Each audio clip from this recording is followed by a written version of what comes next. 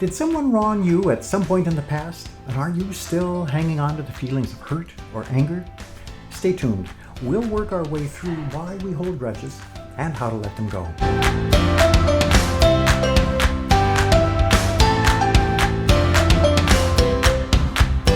I once heard about a 65-year-old woman who was angry with her ex-boyfriend because a few days after breaking up with her, he asked her best friend out on a date. The thing is, this happened almost 50 years earlier when they were in high school.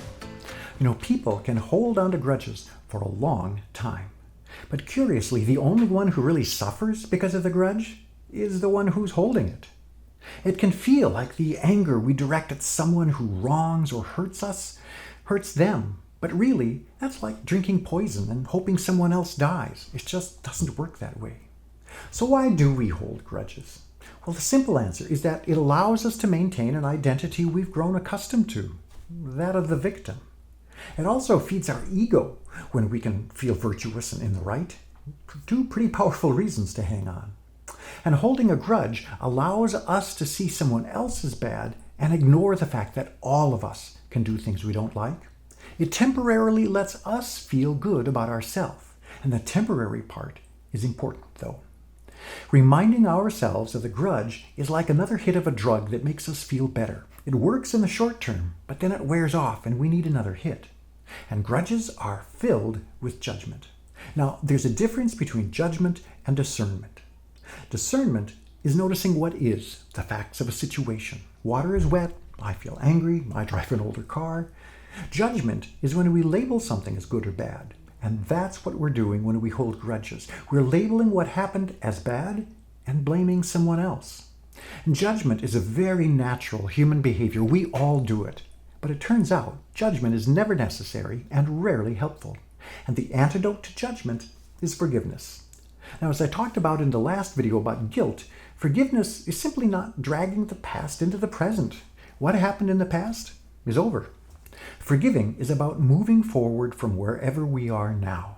Forgiveness overlooks what happened in the past in favor of the future. But forgiveness is still laden with judgment. If we feel the need to forgive, then we've decided that someone did something wrong. But what if we believe that everyone, given all their life circumstances and experiences, always does their best at any given moment? Even if some days one's best is better than on other days, how would this belief enable you to take forgiveness to the next level? The idea that everyone always does their best in the moment can be a difficult thing for some to accept. They'll point out times that they feel they didn't do their best, or they'll point to Hitler or other cruel despots, saying that to accept that they were doing their best isn't just or compassionate to those they've harmed. Now, taken to this extreme, it is difficult to wrap our head and our hearts around the idea that people do their best.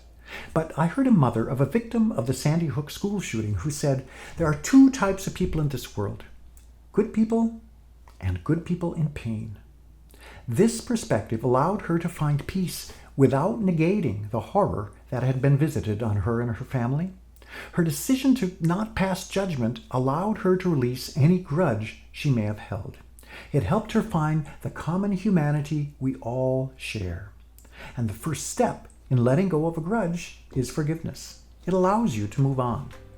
But if you really want to release a grudge for good, I'd recommend releasing judgment too, and this will keep the grudge from ever getting going. Now, in a couple of weeks, there will be another video about judgment, and I'll go a bit deeper into this topic then. But if you like this video, give it a thumbs up, maybe subscribe to this channel, share it with your friends, and until next time, I wish you abundance and joy.